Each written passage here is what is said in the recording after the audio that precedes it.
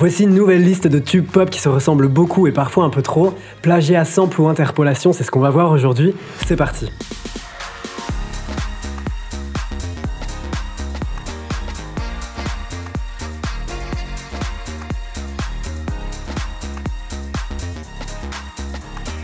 Salut tout le monde, bon retour sur Popslay ou bienvenue si vous êtes nouveau par ici. Je m'appelle Guillaume, j'ai travaillé pendant plusieurs années dans l'industrie musicale et désormais on se retrouve chaque semaine sur YouTube pour décrypter ensemble les plus grands classiques de la pop musique et les artistes qui font son histoire. Le premier volet des Pop Versus a fait plus de 120 000 vues et vos réactions étaient hyper positives, alors je me devais de produire une deuxième partie. Alors on va se poser une nouvelle fois la question suivante, est-ce que l'on connaît réellement l'origine de nos tubes préférés? Le jeu est très simple, vous allez voir, on va prendre une liste de chansons qui soi-disant se ressemblent et je vous propose qu'on y réagisse en direct afin de voir s'il s'agit d'un plagiat, d'un sample ou bien d'une interpolation. Petit rappel du lexique si vous êtes nouveau par ici, il y a d'abord le plagiat qui consiste à copier ou à s'accaparer l'œuvre d'un créateur sans même le créditer et sans même avoir fait appel à l'artiste en amont. Il y a ensuite le sample qui est un extrait sonore issu d'un enregistrement préexistant et qui est sorti de son contexte afin de fabriquer un nouvel ensemble musical. Je pense notamment à Crazy in Love de Beyoncé qui sample Are You My Woman, Tell Me So.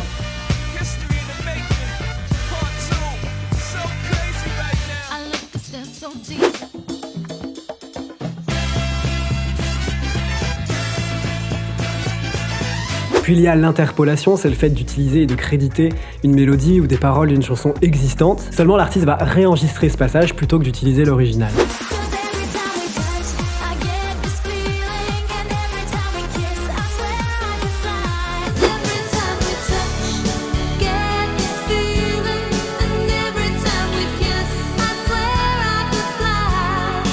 Alors premier round, on commence fort, pas avec 2 mais 3 chansons. Hello de Beyoncé, Already Gone de Kelly Clarkson et Fire Me Gasoline de Sia. Alors effectivement, je me souviens surtout de l'histoire entre Beyoncé et Kelly Clarkson, mais réécoutons les chansons.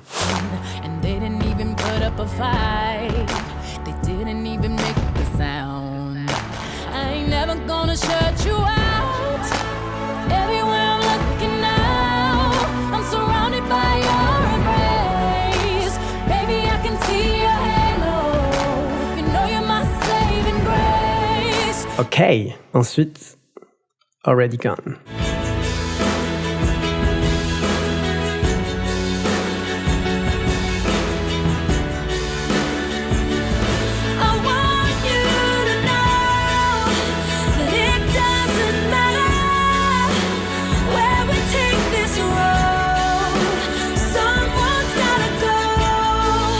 Bon, on va déjà commencer par ces deux-là. Bon, pour moi, il y a des similitudes assez frappantes, notamment sur la partie instrumentale, avec ce piano, ces tambours qui s'écrasent et ces claps.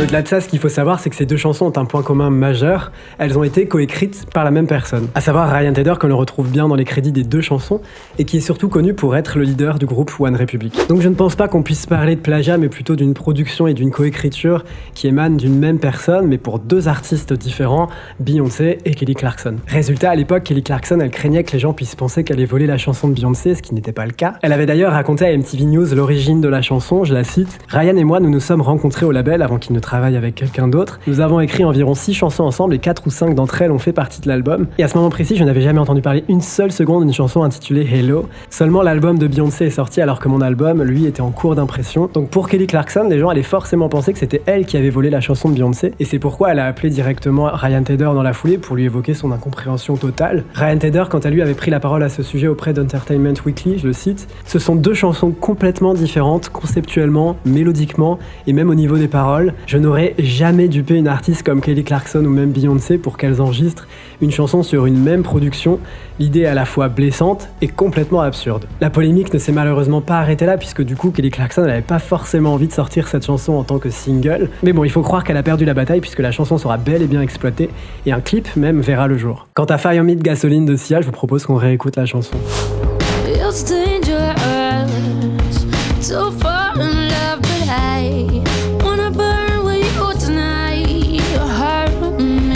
I ache for love, ache for us. Why don't you come? Don't you come a little closer? Flame you came for me. Fire me gasoline. Fire me gasoline. I'm buried. C'est drôle, je me rappelle plus de cette chanson. Bon, c'est sorti en 2015, donc après Hello, mais je pense pas que ce soit un plagiat. Je pense qu'ils ont sur le refrain effectivement cette même progression d'accords sur une tonalité qui est totalement différente.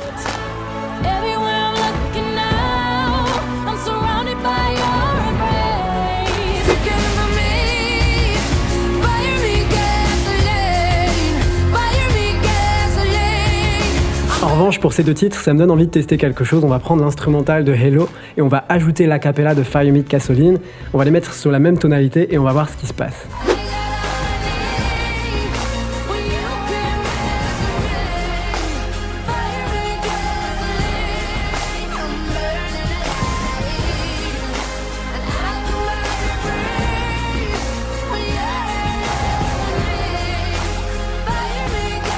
Alors deuxième round, nous avons Born This Way de Lady Gaga et Express Yourself de Madonna. Une histoire qui a fait beaucoup de bruit, je vous propose qu'on réécoute les deux chansons. Just put your paws up, 'cause you were born this way, baby.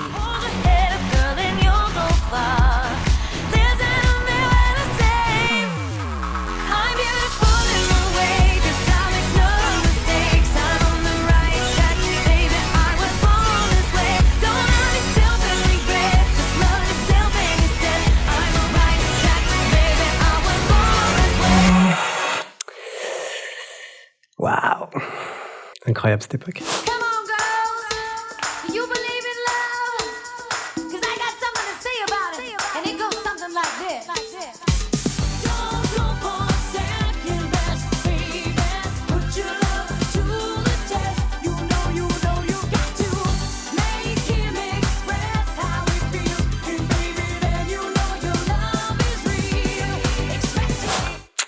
Bon. Dès la sortie du titre, Lady Gaga est au sommet de sa carrière et Born This Way figure parmi les chansons les plus attendues des 5 dernières années. Sauf que très rapidement, beaucoup de fans et médias vont pointer les similitudes entre les deux chansons. Pour ma part, j'avoue être un peu partagé sur la question, parce que d'un côté, je me dis mais pourquoi une Lady Gaga au sommet de sa carrière copierait-elle délibérément Madonna, alors que le monde lui reprochait déjà d'être une pâle copie de Madonna. Après, même si j'aime beaucoup Gaga, j'avoue que la progression dans les accords est très proche, voire la même. Et puis même, le thème des paroles de Born This Way reste dans la lignée de Express Yourself. Donc voilà, je peux concevoir que cela a pu lui être reproché. Jugez par vous-même lorsque l'on mélange les deux chansons.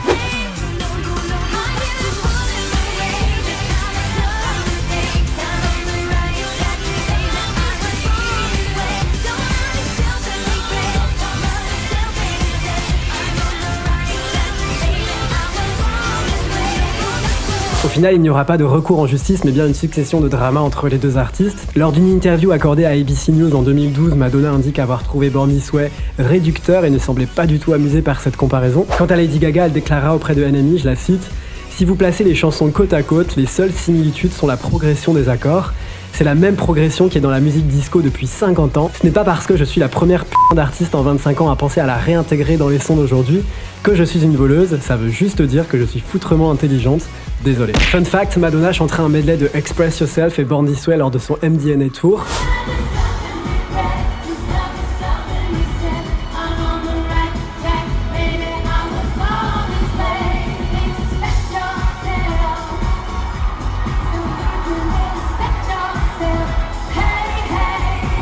Seulement, le medley inclura une troisième chanson qui s'appelle She's Not Me. On connaît tous la suite des paroles, donc je pense que le message est clair.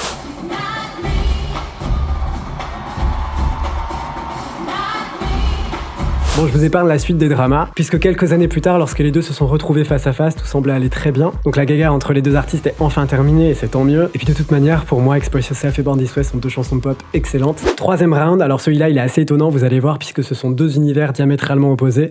Nous avons What You Say de Jason Derulo et Imogen Heap avec Hide and Seek.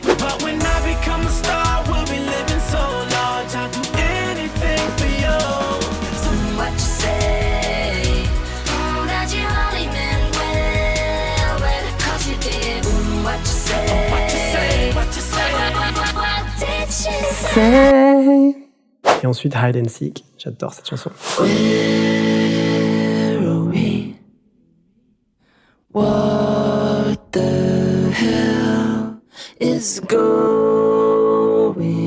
on? They were here first. What you say? That you only meant well. what you did, what you say. That it's all for the best, because it is what you say. That it's just what we need. Bon là, ça ne fait aucun doute, What You Say sample bien Hide and Seek puisque le son réutilisé sur le refrain est l'original. Pour la petite histoire, Imogen Heap avait souligné que le producteur de Jason Derulo avait acquis en toute légalité la licence afin de sampler Hide and Seek avant la sortie de What You Say. Et on voit effectivement que Imogen Heap est bien créditée sur What You Say. Elle n'a pas de crédit featuring conformément en termes de cet accord, mais on voit qu'elle est créditée en tant que co-auteur. En bref, le sample utilisé est donc autorisé et légal. Elle avait affirmé dans les médias qu'elle était extrêmement satisfaite des conditions de sa rémunération, et clairement elle a eu raison d'accorder cette licence puisque What You Say sera un carton mondial, numéro 1 aux USA, top 10 en France, donc je pense que ça a dû lui rapporter pas mal de money. Personnellement, je trouve ça assez dingue d'avoir été samplé une chanson si éloignée en termes de registre, et du coup je trouve que ça rend l'histoire encore plus passionnante. Alors, 4e round, nous avons Sam Smith avec Stay With Me et Tom Petty avec I Won't Back Down. Alors je me rappelle un peu de cette histoire, réécoutons les deux titres. Guess it's true, I'm not good at a one-night stand. But I still need love, cause I'm just a man. Oh, won't you stay with me? Cause you're all I need.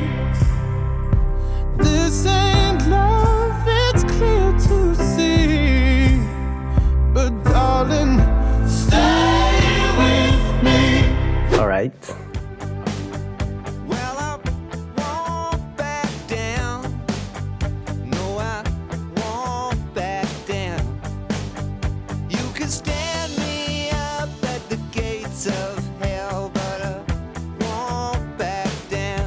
Alors bien que le tempo et la tonalité soient différents, le refrain et les lignes mélodiques de Stay With Me ressemblent beaucoup à ceux de I Won't Back Down. Alors peut-être que ça fait déjà beaucoup, regardons ça de plus près. Lorsqu'on va sur le site de l'American Society of Composer, Author and Publisher, on voit que les crédits de Stay With Me ont été modifiés avec l'ajout de Tom Petty et de l'auteur Jeff Lynne, et ce depuis janvier 2015. À l'époque, l'affaire fait beaucoup de bruit puisque Stay With Me est un carton mondial, et donc beaucoup de fans et d'auditeurs ont noté cette similitude avec le tube de Tom Petty. Et ce ne sont pas les seuls puisque les éditeurs de la chanson de Tom Petty avaient eux aussi remarqué la ressemblance entre les deux chansons. Ils ont donc prévenu l'entourage de Sam Smith, et l'affaire s'est apparemment conclue très rapidement, sans conflit juridique. Néanmoins, on peut lire dans cet article de Forbes que Tom Petty et son co-auteur Jeff Lynne recevront tous les deux 12,5% des royalties qui émanent de Stay With Me en tant qu'auteur-compositeur. L'affaire n'est donc pas allée plus loin, les deux parties s'étant réglées à l'amiable. En tout cas pour ce cas précis, il s'agit apparemment d'une pure coïncidence comme le souligne cet article de Rolling Stones. Sam Smith déclare, je le cite, « Bien que la ressemblance soit une coïncidence totale, toutes les personnes impliquées sont parvenues à un accord immédiat et à l'amiable. » Fun fact, Stay With Me remportera le Grammy Awards de la chanson de l'année en 2015.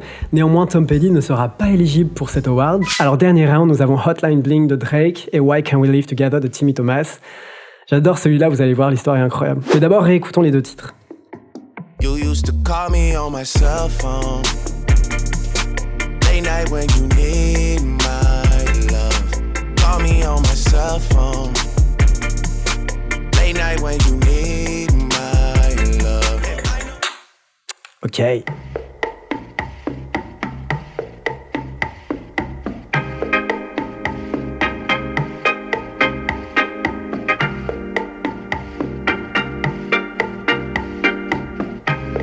Everybody wants to live together. Why can't we live together?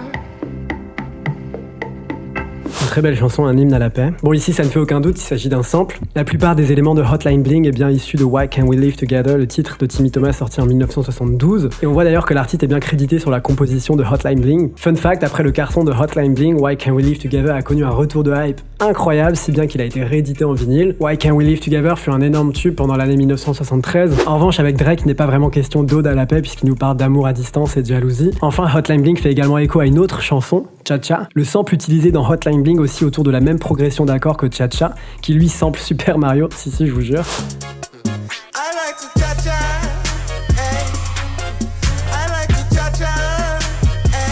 Seulement, Cha-Cha était déjà un tube sur internet avant que Hotline Bling ne sorte. Alors Drake n'a jamais reconnu publiquement s'être inspiré de l'auteur de Cha-Cha, et donc Dre m'avait affirmé auprès du site Noisy, je le cite, « Je vais être sincère, ça m'a complètement dévasté ».